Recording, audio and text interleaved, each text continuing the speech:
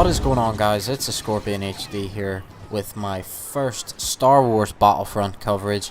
Talked about this game quite a lot over the past few years leading up to its release, which occurred obviously last Thursday in the UK anyway. It's been out for just under a week now in the US as well, and even earlier for people on the Xbox with EA Access, of course.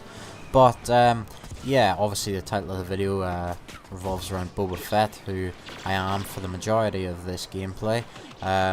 So yeah, it just seemed fitting. But yeah, we'll talk a bit about that later on, because seeing as this is my first Battlefront video, I just thought it would kind of be, I don't know, I just thought it would kind of be the best video to talk a bit about my impressions of the game and how I'm finding it so far. So as far as the experience goes, you know, it's absolutely unparalleled.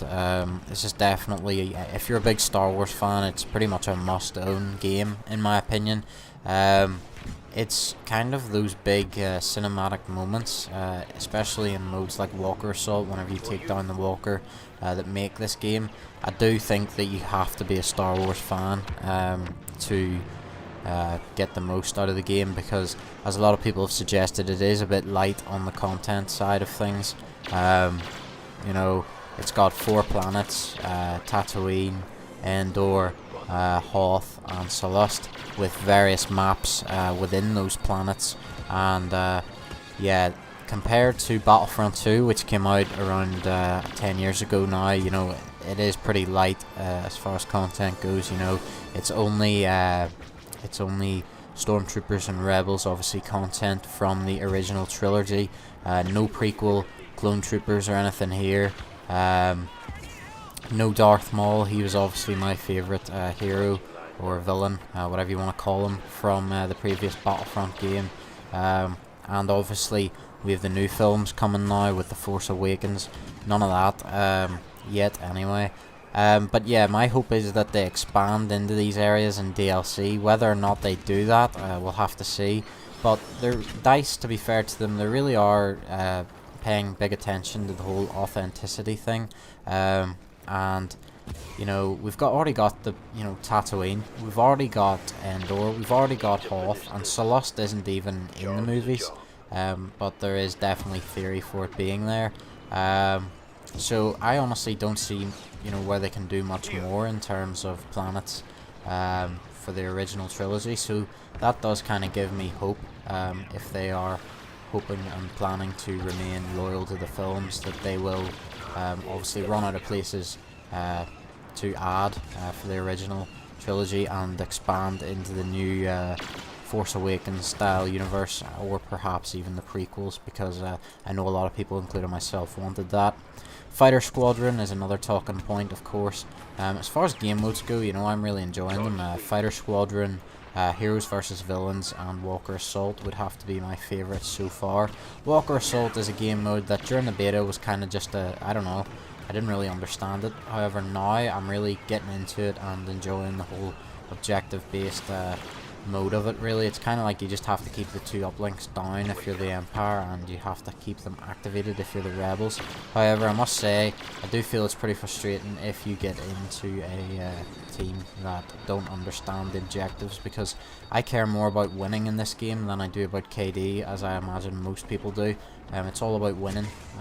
You want to win the game, and whenever you get put in a team that, you know, all they're playing for is kills or whatever, or just for the, you know, the fun of it, because it is a fairly arcadey game, it has to be said, then, you know, it can sometimes be frustrating. But yeah, Fighter Squadron's another talking point, obviously, because there's no space battles. It's just kind of like battles over orbit of the planets. But yeah, I've really been enjoying the game so far.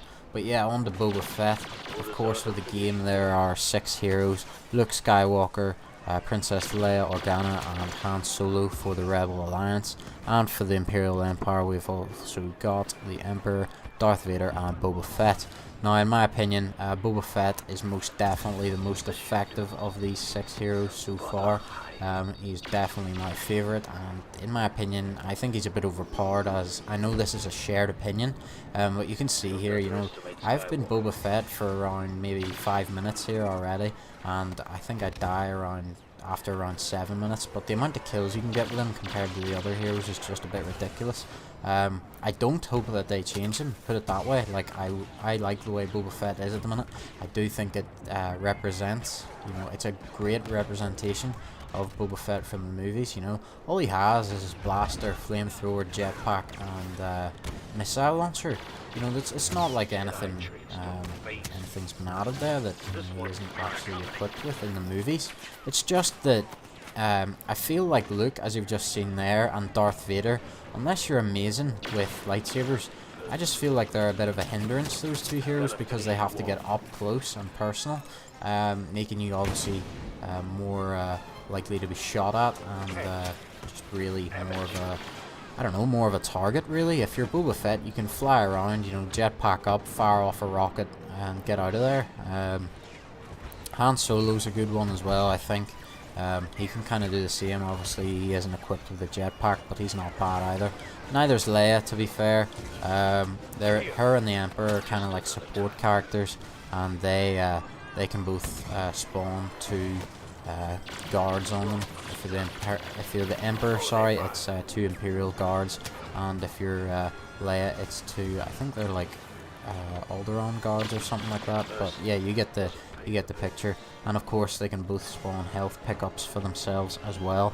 The Emperor doesn't have a lightsaber, which I know some people are a bit confused about. However, to be fair, in the original trilogy, he didn't have one. It was just in Revenge of the Sith that, obviously, for that battle versus Yoda, that's the only time the Emperor ever uses a lightsaber, to the best of my knowledge.